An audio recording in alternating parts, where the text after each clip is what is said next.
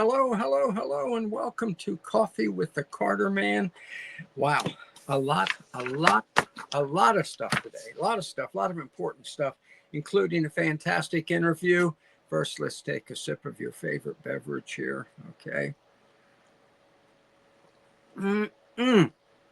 Maxwell House, good to the last drop. Whew. Okay. Everybody knows the rules. Everybody knows the rules now. We start out with the potpourri review of the news, news and commentary, about 10 minutes or so, the highlights, and we go to the interview, which today, as I said, is with a gentleman who I've known almost 40 years, great patriot, a tremendous patriot, as a matter of fact, and a man, incredibly, as you can see, incredibly charitable man and an authority on China, a topic about which I know very little other than I like Chinese food. I mean, I know it sounds awful, but it's true. I think a lot of us are in that position, right? So today we're going to get all that cleared up, all right? So we start with the potpourri news, and I want to begin with something that I know a lot of you have been watching, heavy on our minds, and that's these confirmation hearings, particularly Robert F. Kennedy Jr., Tulsi Gabbard, and Kash Patel. These hearings have been, at once, they have been both a travesty and a tragedy. A travesty because these politicians, these posturing, posing politicians are just absurd. And a tragedy to think our country has sunk to the point where these people represent us. Let's take a quick look, if we may, Gary, at just one of the exchanges, which highlights the kind of people that we're dealing with in the U.S. Senate now. RFK with the grifter, the thief, Bernie. Here we go. Bernie, the problem of corruption is not just in the federal agencies, it's in Congress too. Almost all the members of this panel are accepting, including yourself, are accepting millions of dollars from the pharmaceutical industry. Oh, no, protecting their interests. Oh, I thought that would, no. I ran for president like you. I got millions and millions of contributions. They did not come from the executives, not one nickel of PAC money from the pharmaceutical industry. They came from workers. In 2020, you were the single largest because I had pharmaceutical contributions from workers all over this country. Workers, you were the not a nickel from corporate PACs. You were the single largest acceptor of pharmaceutical dollars. No, from workers in 1.5 million. Yeah, out of 200 million. All right, but you have not answered. Last question. You have not answered. All right, folks, there you saw this decrepit old 80-year-old man denying that he's on the take from his paymasters at Big Pharma, despite he received $1.5 million from Big Pharma. And then he has the gall to say, no, that was from individual pharma workers. The hell's he talking about? How stupid does he think we are? There are 1.5 million pharma workers out there, or let's say only half that they came up with that. Why do we have to be insulted by these people? Why do we have to be insulted by these politicians? Particularly those on every one of those committees. You know, here's a picture of the Intelligence Committee questioning Tulsi Gabbard. Okay. Honest to God, folks, if you watched it, that's what you saw. These people are just demonic. If they make a mistake and they're corrected, they don't say, I stand corrected. Oh, no, that's not. Look at the space cadet, Kelly, on the Intelligence Committee. I think he's the third one from the left there, where he accuses her being unpatriotic because she wouldn't believe the CIA that they didn't support Al-Qaeda. So she says, all right, I'm just going to have to give you chapter and verse. She gives chapter and verse of Operation Timber Sycamore. Let me get it straight. And where Obama gave them vast amounts of money to Al Qaeda in Syria, chapter and verse. And the corrupt, on the take CIA puppet Kelly wouldn't even go ahead and acknowledge, all right, I stand corrected. No, he just kept bearing in with his falsehoods. Kash Patel had to finally tell the Wyden, Ron Wyden, what you're saying is an abject lie, because Wyden knew it. He knew it, but he kept saying it, didn't he? By the way, somebody needs to tell Mr. Wyden that you can only have so many skin pills before you start looking like Michael Jackson, okay? I'm sorry, but it's true. That's what we're faced with these people. That's why these hearings have been a sham. Thank God they finally did approve Bobby Kennedy. By the way, let me make something clear.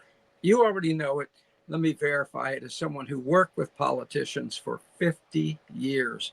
I was the top communications director at the U.S. Senate. These people do nothing out of conscience or sense of right and wrong. Every action you take, with rare exception, maybe John Kennedy, one or two others, is simply for the votes. You saw that Cassidy voted for RFK. Cassidy didn't do that because he woke up and realized, well, this is the right thing to do. He's up for election in 2 years, and he's done. He would have been done had he voted against RFK. The only reason. Same reason Collins has now announced, well, I'm going to go ahead and vote for Tulsi Gabbard. I've seen, talk to her behind closed doors. That wasn't the reason. She's up for re-election in 2026, so it's a year. That's what it is. That's their motivation. Young has said now he's going to vote for Tulsi Gabbard. Young, I think it's Indiana. And he's not up for re-election, but he wants to be a career politician. You can't be a career politician if you only serve one term. So suddenly he saw the light. As Everett Dirksen used to say, that great senator from that I worked with from Illinois, when I feel the heat, I see the light. That's what politicians do. That's why we have to keep the heat on these people all the time, okay?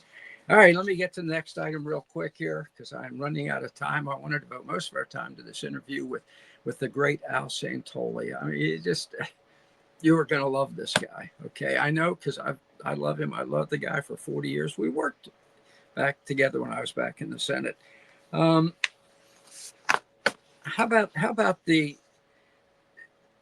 what would have happened had they not approved these people? And we still don't know about Tulsa as we go to press here and Cash. But let me tell you a little something that is the ace in the hole, just so you'll know. And you can tell your neighbors this. It's called, let me get the word right, okay? Prorogation, okay? There's a dictionary definition of it, okay? Prorogation. Don't forget that if they betray us, and they can still do it in the full Senate, betray us and don't allow Kennedy, Tulsi, and Kash Patel to serve Trump on the cabinet there, Trump can do a recess appointment. Now, you might say, but what if there's no recess? Well, that's what prorogation is all about. According to Article 2, Section 3 of the United States Constitution, if there is a disagreement between the House and the Senate on adjourning, the president can adjourn Congress for 3 days, at which point Trump can make his appointments. And I can assure you they have discussed that. And all that has to happen is Mike Johnson adjourn the House. Then there's a disagreement between the Senate and the House because you have the traitors like McConnell and Collins and Murkowski in the Senate. But if they disagree and they can't come to agreement, then you have prorogation, okay? So write the word down, folks, and explain it to your friends. And then I want to finish with one other very quick thing here. Very, very quick item. See this right here? I want you to jot that down. because I think you're going to be hearing more about it, okay? The Federal Accounting Standards Advisory Board, kind of a quasi-government organization, but they're the ones that's like a bunch of accountants. You say, well, probably a little boring. Oh, no, not these accountants, because you see what this news release is about from October 14th, 2018. Folks, I tell you this stuff so you'll know what's going on behind the scenes and you can anticipate what's coming, okay? Gives you bragging rights with the neighbors, all right? This news release is about the FASAB. And by the way, I was alerted to this by Catherine Austin Fitz. Any of you who Google her, anything she tells you, take to the bank. This is a brilliant woman economist.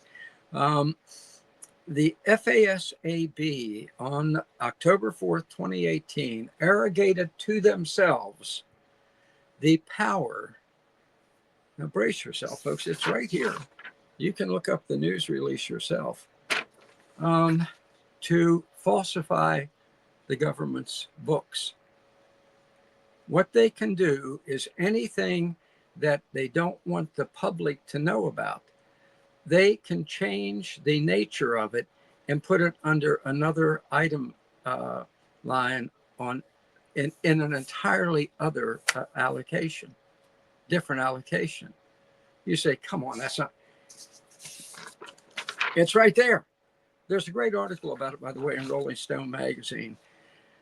Remember when the other day when Musk went in and kind of got rid of USAID, and part of the problem was they had 1.5 billion that was unaccounted for.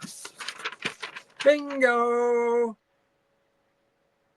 By law, Standard 56 under the Federal Accounting Standards Advisory Board, they can move funds anywhere they want.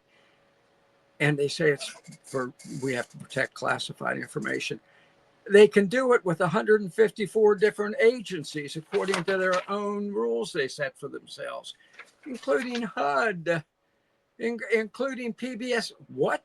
They're necessary to national security? No, they're necessary to covering up. So, normally we have about a $2 trillion federal deficit. Multiply it by 2 or 3 if you want the real figure that they have covered up. We have a $35.5 trillion federal debt. Maybe double it because of the number of allocations they have covered up in this crooked accounting board. It's all there. It's all legal. It's all got to be investigated by Musk and his friends in the House of Representatives who have formed a caucus, a Doge caucus, and that has to be eliminated too. So there you go. There's my news and views for the day. Folks, this is the kind of stuff that you know it and you can be ahead of the game. Okay? Just that simple. You can be ahead of the game because we've got to be ahead of the game. We're in for the fight of our lives. The Democrats are reorganizing. They're already starting their lawsuits. They're going to come back full force. We need to be there to fight them at every single turn. All right. Now let's get to my guest. Let me read you just briefly. Normally, I just give you 3 or 4 quick points about a guest, but I want to read you something here about Al Santoli because I think it's important. The caliber of person that whose company you're about to enjoy. Okay, he's professor of statecraft at the International Relations Program, graduate program at the Institute of World Policy. Since 9/11 in 2002, he created and is president of the Humanitarian Asian America Initiative. He was awarded the Order of the Golden Heart by the Philippine president. Okay, that's how much good he's done with his order, with his Asian America Initiative. And he got that award for helping create peace zones in war-torn, I'm going to mispronounce it, Mindanao Muslim region in the Philippines, also helping with disaster relief after Typhoon Haiyan. Previously, he worked in the House of Representatives as a national security expert, an investigator on the Panama Canal, military mission in action, Gulf War syndrome, Afghanistan, and China's military expansion, which I really want to zero in on as soon as we bring Al up here in just a minute. He also won 3 Purple Hearts for wounds suffered in battle in Vietnam. When I first met him, he had just written a best-selling book, Pulitzer-nominated book about Vietnam, an oral history of Vietnam called Everything We Had, because in everything he's done, our guest Al Santoli has given everything he's had. Al, welcome to Coffee with the Carter Man. It's a pleasure and an honor, my friend. Well, it's good to see you, Carter, and thank you so much for inviting me. It's my pleasure, and we have a lot to talk about. And I really want to zero in on an area. Now we're going to go wide ranging. Whatever comes to mind, I want you to share with us because Okay. your wealth of experience is that important. But I want to start out with an area which I already admitted, and I admitted to you when we talked the other day, I have total ignorance about, and that's China. I mean, China to me is just here. Okay, I'm going to lay it out. China to me is a country that I am always afraid that the war hawk neocons who always want to send other people's children into battle are going to try and start a war with, just so they can fund the munitions makers and increase their own power. The war hawks, like what's that awful woman's name? Victoria Nuland, Blinken, Sullivan. That to me is China. A China country is over there essentially minding its own business, and our war hawks neocons just absolutely are salivating to go to war with them. Correct me. Correct me. Well, it's been a point of contradiction. If we go back to when Kissinger opened up relations politically with China toward the end of the Vietnam War as a effort to be a counter force against when the Soviet Union did come very close to winning the Cold War. And we're in a situation today, as we were with Vietnam, where you had the elites, especially the media and the academics, very much anti American. And the ones who are the biggest hawks makes me really scratch my head. The biggest hawks against Moscow today are the ones who were the most pro Moscow at a time when we were fighting for our lives during the Cold War. Yep. And it's all about money changing hands. It's all about the military industrial conflicts and all of its complexities. When you and I met in the mid 80s, President Reagan had started his Reagan Doctrine, which was to try to win the Cold War without getting into a nuclear confrontation.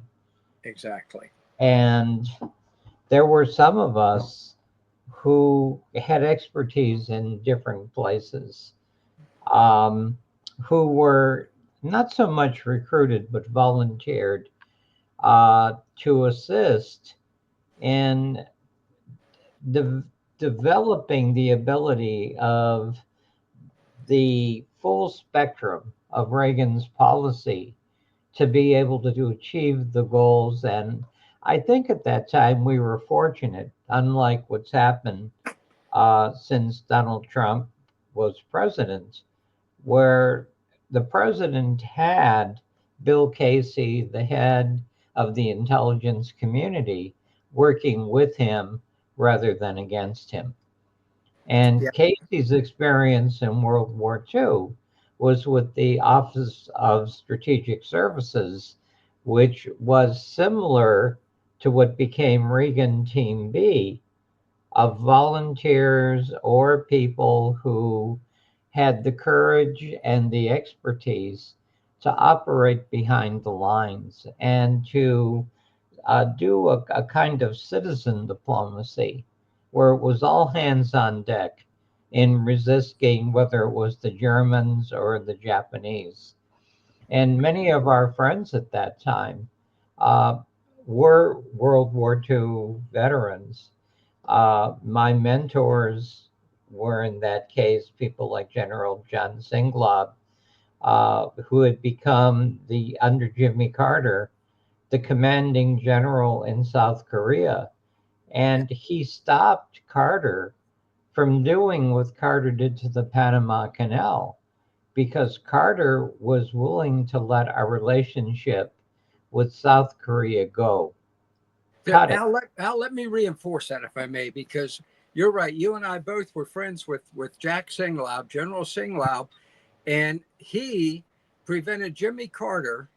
You know, Yes. I hated so much all this adulation of Carter when he died. To me, it was good riddance to bad rubbish. Carter tried to give away South Korea to the North Koreans and the Chinese, just as he gave our canal to Yes. Panama. And Yes. Singlaub single-handedly stepped in and stopped him, right? Throwing away his own career. Yes, sacrificed his career. So he was not a contractor. He wasn't looking to be on a board of one of these big arms companies. He said, we have to defend our country. And as a World War II veteran, a Korean War veteran, as a Vietnam veteran, his entire adult life was given to protecting the country. And he had many friends die. In fact, the day after 9/11, I visited General Singlaub. His apartment was across the freeway from where the 9/11 terrorists hit the Pentagon. You could see it was still smoking. And he and Mrs. Singlaub was, Al, look at this. And Right. I was working Afghanistan at the time in the Congress. We had started a small group of knowing there was going to be big trouble when this mysterious organization came out of Pakistan and took over Kabul in the mid 1990s. And Bill Clinton was president then. And so you look at this rogues gallery of so called leaders that we've had, Nothing. and it goes from worse to unimaginable to the point where we have somebody who doesn't even have his mental faculties. And Precisely. every step of the way, there's been, including yourself, Carter, this handful of people who have done everything that they possibly could to protect our country from internal, the greatest enemy that we've had has been our own elite. Precisely. Well said. Well said. It a quick departure, because I know we want to get back to China, because what you told me was so revealing when we talked earlier this week. But let me get on Afghanistan, because you have expertise there as well. And I'm going to say something. You may say, Carter, you're just off base. And if so, I don't mind. You know that. But in my mind, we, the United States of America, our CIA, are the ones who turned Afghanistan into a drug cartel. We are the ones who planted the poppy fields under Buttwedge, or whatever his name is, and harvested the poppies in order to make money on the cocaine. And I think when the Taliban took over again not long ago, one of the things they did was plow into those poppy fields. Am I wrong? You're right, except that it was more than us. After the center of opiums shifted from Turkey, remember in the 1960s, Turkey was the place that led the world in opium growing, along with the Golden Triangle in Southeast Asia, Right. which is also a brilliant stroke by certain people in our government to support that. Um, it shifted to Afghanistan because Afghanistan has that climate that's a high desert, and the poppies grow just right in that kind of environment. And in fact, the poppy fields were like their World Trade Center because that was their export. They weren't even exporting people blowing up things then. It was the drugs. The Russians were involved in it through Tajikistan, right?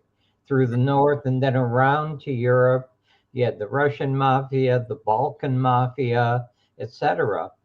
I would imagine somehow that certain NATO allied countries were involved in that, such as the French were the Corsican mafia was famous for that.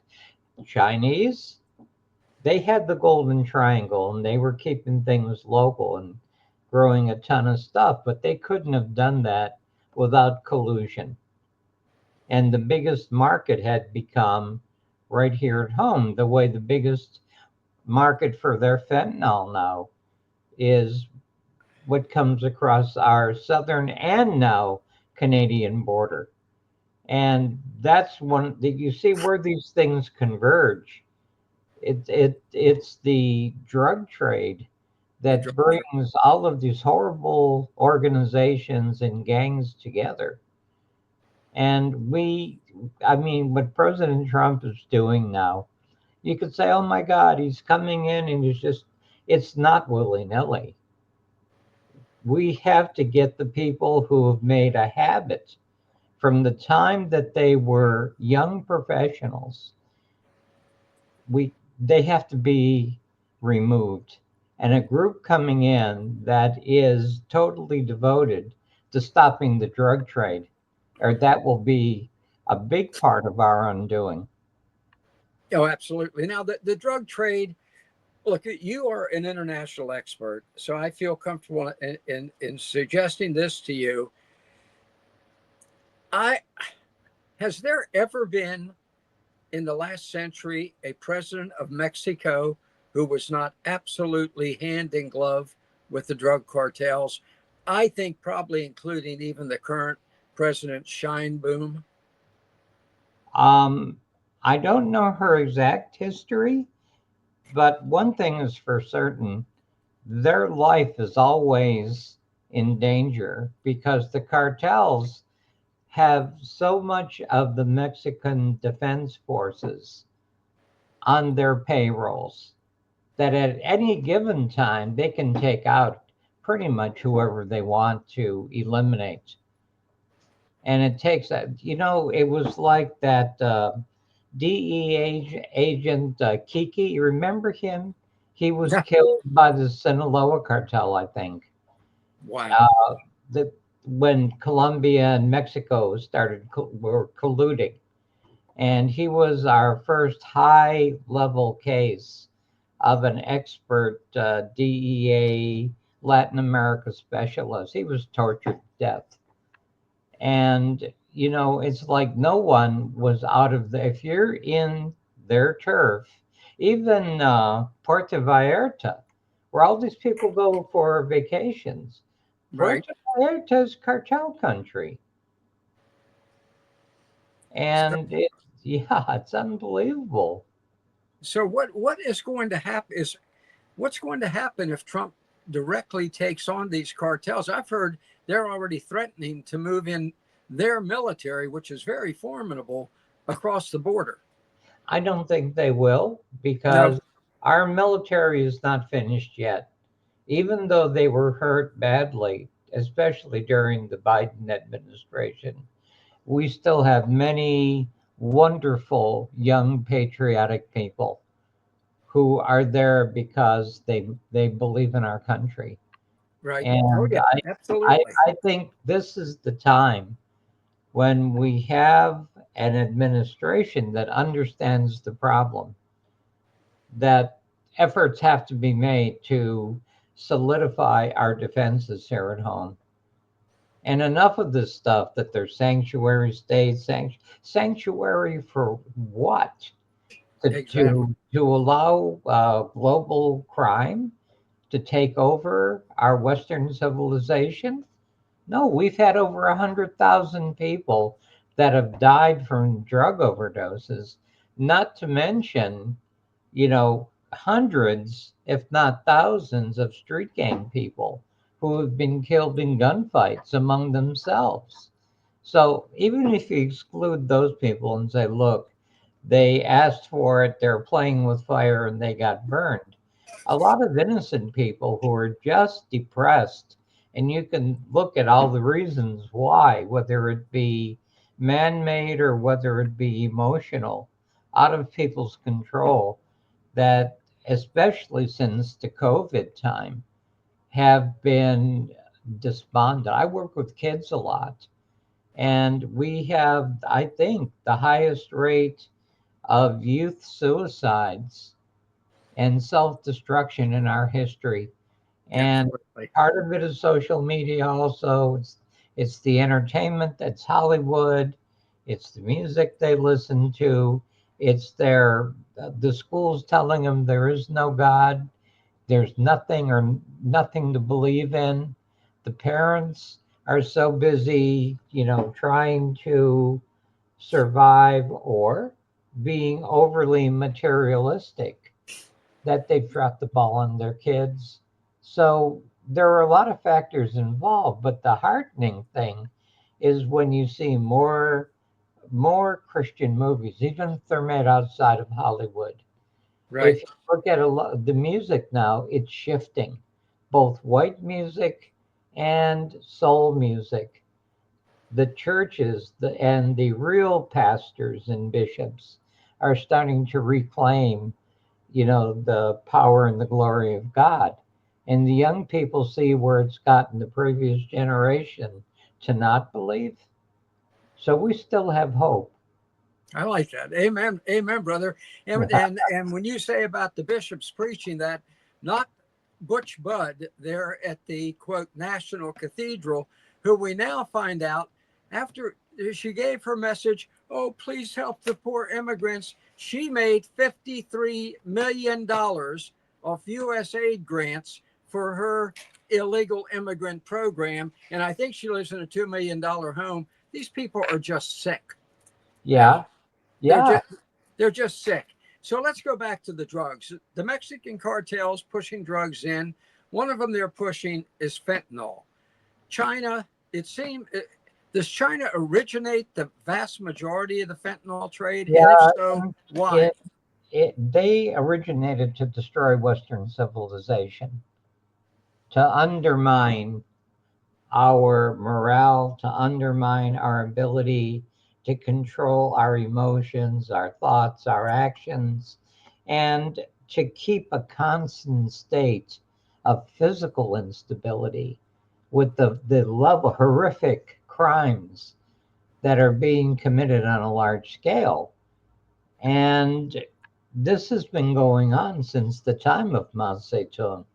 Joe Douglas was I knew fairly well, and he was kind of the lead guy at CIA in terms of international drug dealing.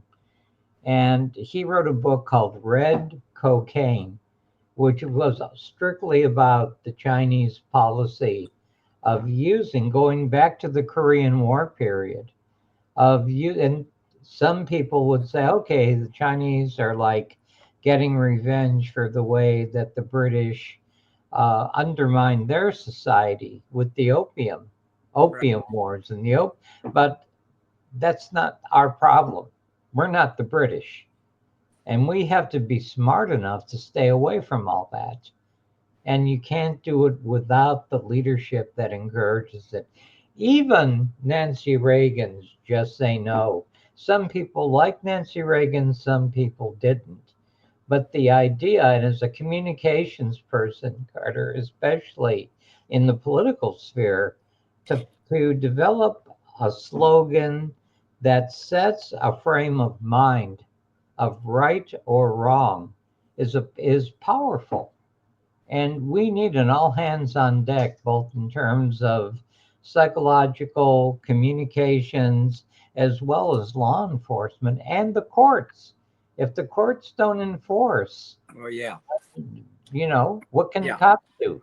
Yeah. Which is a pretty serious problem. Well, with the Chinese, I don't, I think most of us do not see the Chinese as a country that's going to be organizing troops to send across the border and invade the US or Europe or pretty much any other part of the world. But I think they're, if I'm not mistaken, and I think it's what you tried to explain to me when we had our discussion of China, it is they're waging economic war. Am I Yes, right? They're uh, aging. Explain that to our viewers. they call it unrestricted warfare.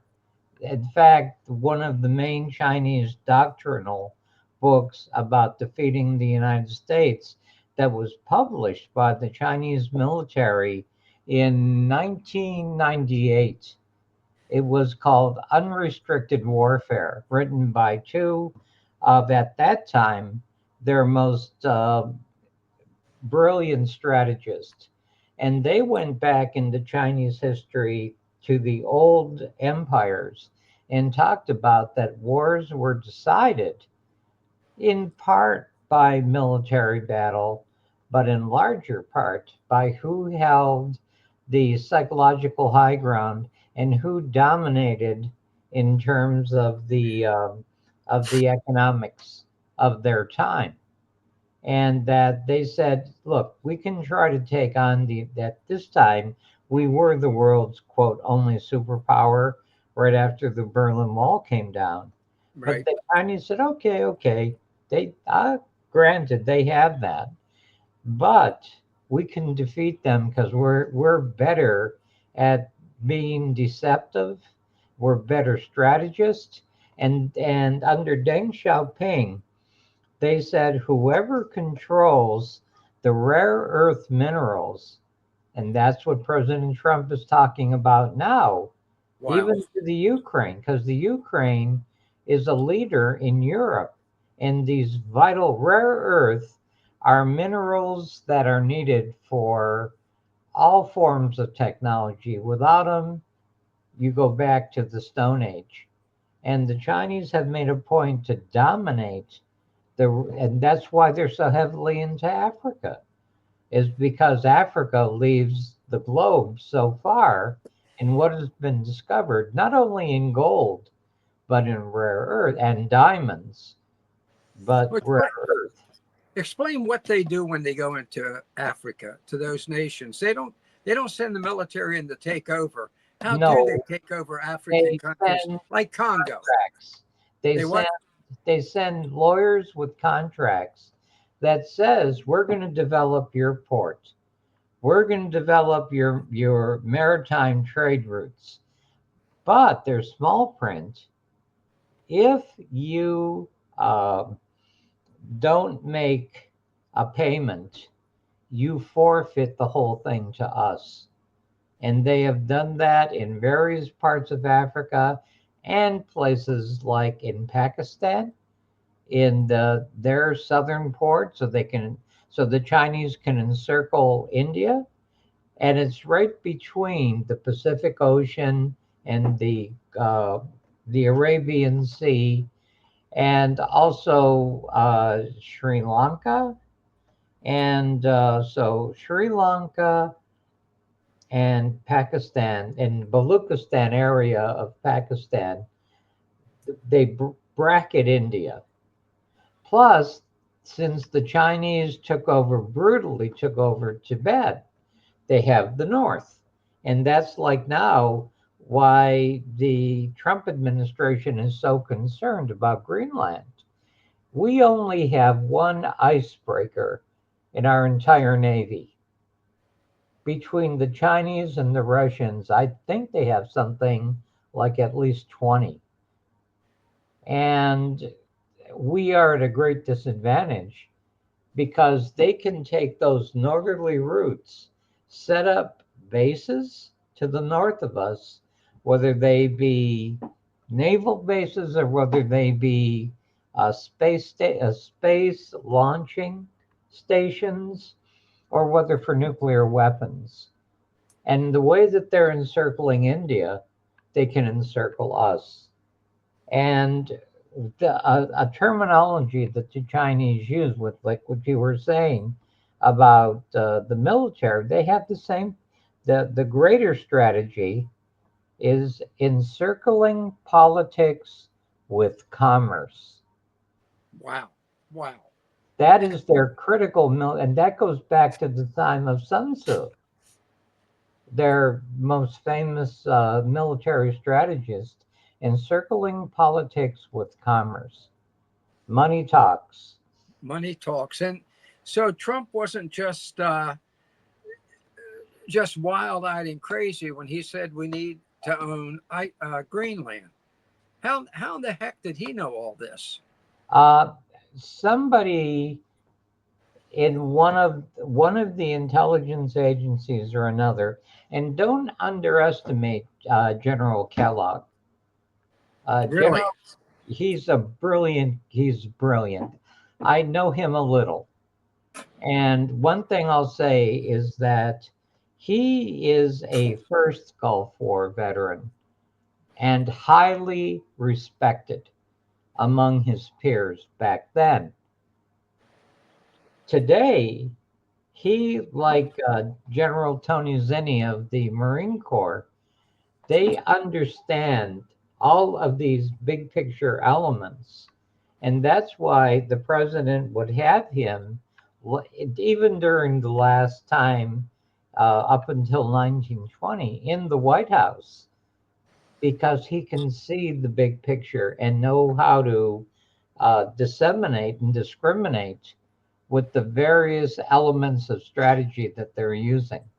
I am, you know what? I got to be honest with you. I am tremendously relieved to hear you say that about Kellogg, because I'm going to tell you, and you can correct me if I'm wrong.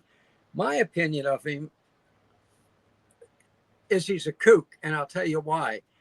His proposal for settling the war between Russia and Ukraine was to tell Russia, okay, you sign a ceasefire and we'll put in 20,000 NATO troops in Ukraine. Well, the whole damn reason Russia went to war was to keep NATO out of Ukraine. How did he possibly think Russia was going to say, well, that's a good idea? I think, and I'm not going to make excuses for anyone because I don't know his exact reasoning, but the fact is that war is pretty much over. Done. The only thing that would alter anything is nukes, and nobody wants to see nukes used. Um, we don't want to see 20,000 Americans go either. No. And I think the whole reason of saying, well, we'll have Europe, because who's been supporting Zelensky, who's now saying, hey, I don't know where half the money you said you gave me is. 120 billion, he says, geez, I don't know where it went. Well, how about checking your back pocket? Yeah, that, and also how about the contractors Yeah.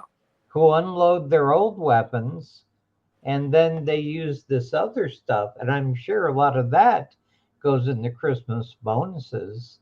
Yeah. And Do you and recall that last week or week before, one of Zelensky's top aides said specifically, we have sent massive amounts of money to McConnell and Schumer and other members of the United States Senate. well, it shows you why they consider him their good buddy. Yeah, They're all in bed together. they're all, yeah. And that is the problem. That is the problem. So It's amazing. I know I keep coming back to China, then I want to get to the Philippines and what you're doing there. But real quickly on China, tell our viewers what belts and roads is. Because I Okay, think they're going to hear that term more. And people are going to be saying, well, what does that mean, belts and roads? this is like the Silk Road of the Middle Centuries. It's the international trade routes with belts on land, meaning road networks or railroads, Right. and or that's the road section, but it has belts with the railroad. And then you have the maritime because 80% at least of world trade is taken by ship, by boats. And there are places in the world like Panama, uh, like the Straits of Malacca, which is between Indonesia and the Philippines, is like parts of the Middle East around Israel, the Suez Canal, for instance, by Egypt, and the passageway around South Africa that control all the trade in the world, or they control 90% of the trade of the world. And what the Chinese have done is used Hong Kong port companies and boat building companies to act as de facto elements of their military, of their navy. So you could say there's no sailors or Marines. No, they don't need them because it's like our, uh, what do you call, merchant marine. During World War II, our merchant marines played a vital role. And it's the same now. Costco shipbuilding, not like the department store, but Right. Costco, COSCO, and then Hutchinson Whampoa is the ports company. What do ports company do? They control the security at ports and the loading and the offloading of ships. Nothing gets past them and they can add whatever they want. And where you have their people, seldom do you find US Customs. So a lot of the precursors for things like fentanyl will come through those ports because we don't have any control of knowing what the hell is in the cargo. And so that's one of the reasons Trump wants the Panama Canal, I take it. Yeah, and also because to respond to a conflict, our military is balanced between East Coast, West Coast, and the Midwest with the strategic forces, meaning the big bombers, the nukes, etc., nuclear missiles, etc. But for the Navy, Marines, Army, it's largely East Coast, West Coast, and you need to go through the Panama Canal to move our forces and our supplies, our logistics. And you could see the things that Rubio said in Panama, where he's saying, look, you guys are charging us an arm and a leg to move our military shipping, which also protects you. Why are you doing this?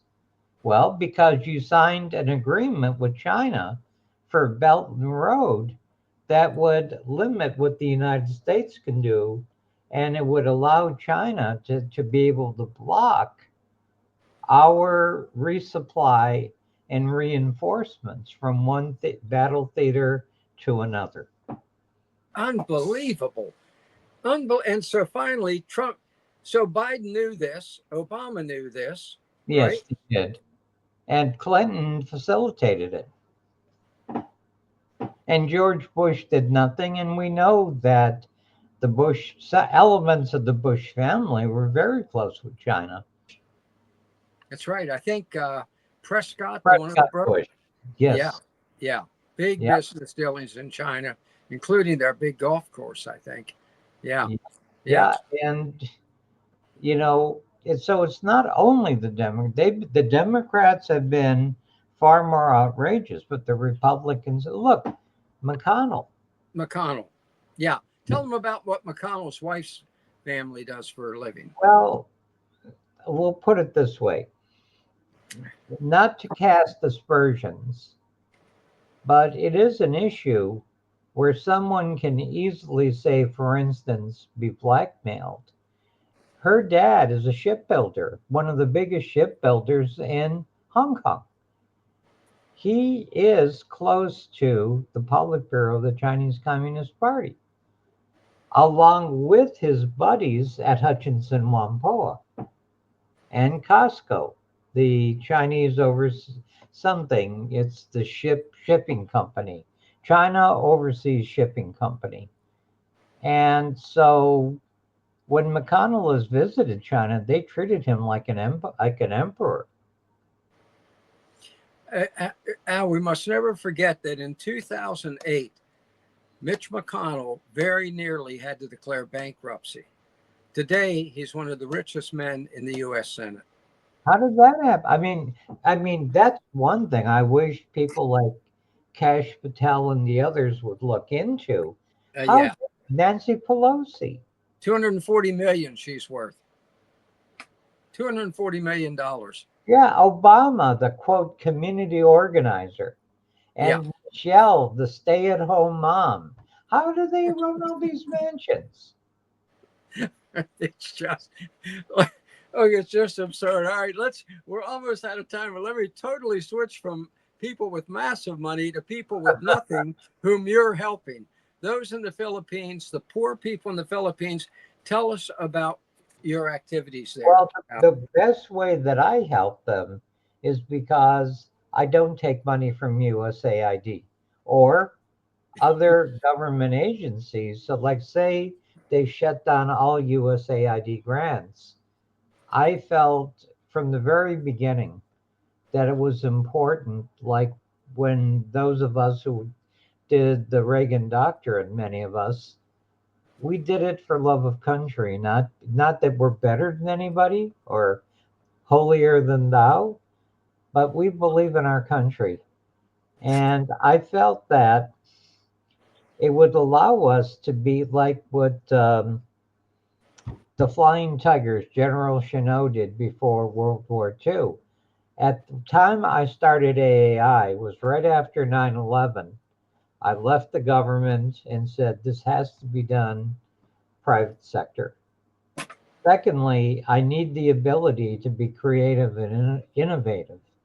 And believe it or not, the one country who helped me in a positive way, Norway, Wow. because Norway is they're Vikings. They, besides oil, they still help to lead the Western world in shipping, and a lot of their crews come from the Philippines because Filipinos are very, very good seamen and they know how to navigate. Like the tribal people that I assist down in the southern area near the strategic Strait of Malacca. I'm right by the border, largely where I am, between the Philippines, Malaysia, and Indonesia.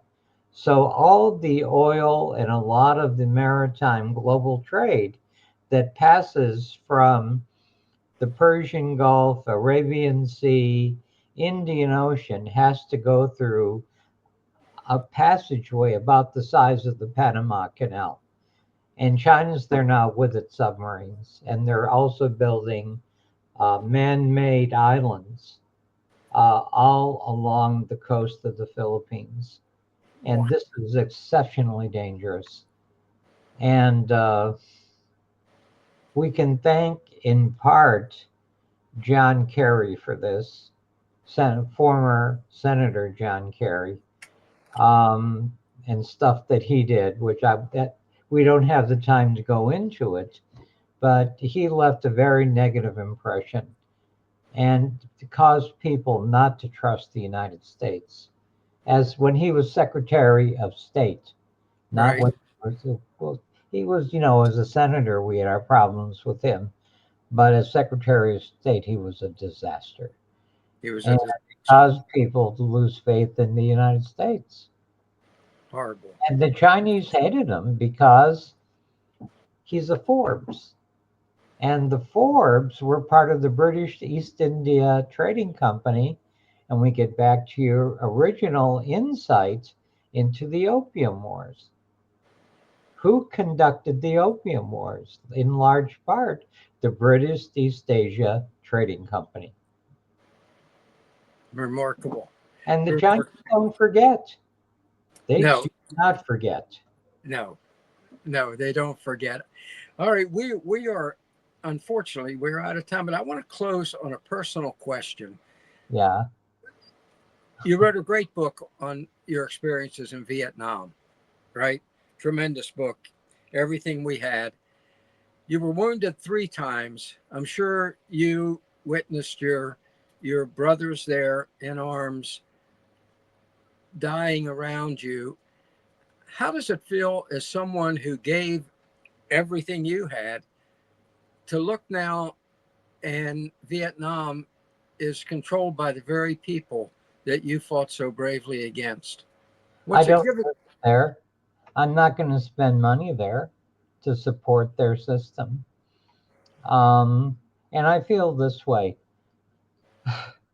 You learn from the past, but you cannot hold on to revenge or anything negative that would cause you to lose your way. It's like what Ronald Reagan said: show people who we are, what we represent.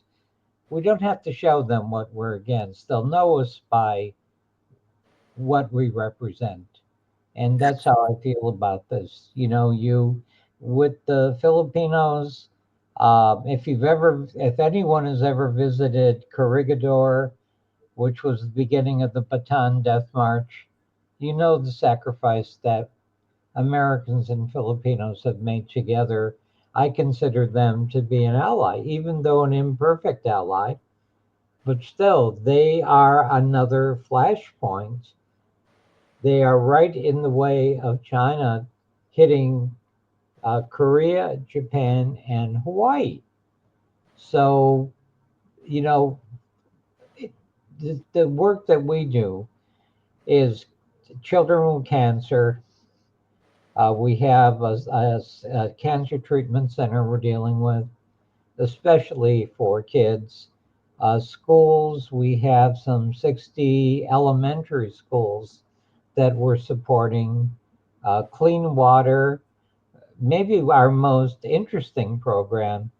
We have over 500,000 organic small farmers that we're networking together so they can help each other. So no matter what happens with world food supply, they can survive and take care of themselves.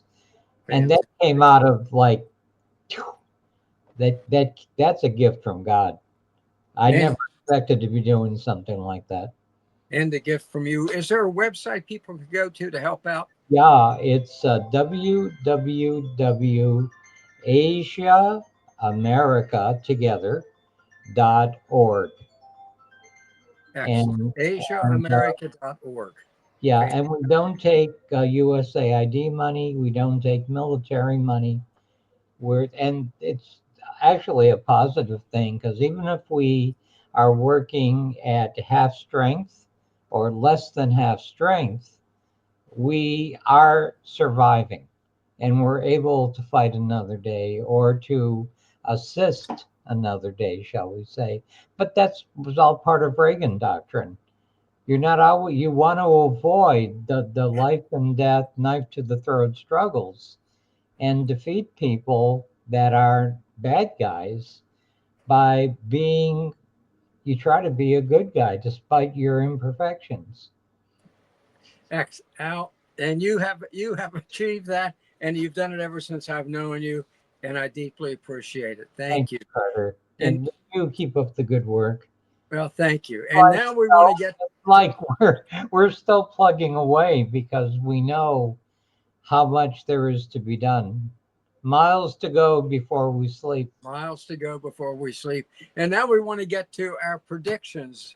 Speaking of where we're going to go, Gary, you want to plug in here, and I'll go first with my prediction. And this is a wild prediction, okay? This is a wild prediction, but it's what I believe. I think this is a long-range prediction. We'll see if it comes true. My prediction is that Donald Trump is going to do incredible things for the next 2.5 years, at which point he is going to step aside and let J.D. Vance become president. And I'll tell you why I say 2.5 to 3 years, because then Vance can run for 2 terms instead of just 1. That's my prediction. Al, what's your prediction? My prediction is that we somehow are going to get through this rough period. And out of this, that we will gradually, step by step, remember who we are and the reason why we exist. I like it. Especially with the Generation Z kids, because they are watching all of our mistakes. And I know from my my youngest daughter's Generation Z in her early 20s, and she asked a lot more questions and does not take anything for granted. And if you look at the election results from in Trump's election, it was that generation that were Republican plus 14. Yeah. The next generation up was plus 8, and then we baby boomers were plus 8. So yeah, I think you're right on target. Gary, what's your prediction? I got 2. I think NPR is going to absolve. There will be no more NPR. Excellent. I mean, they've already laid off 2/3 of their employees this week, which is a good thing. Yeah. And my other prediction is that there's going to be more than this morning's arrest in the Rebecca Loback helicopter crash incident. It doesn't add up how a girl in 6 years became a captain and was flying, Black Hawk continuity missions in DC in 6 years.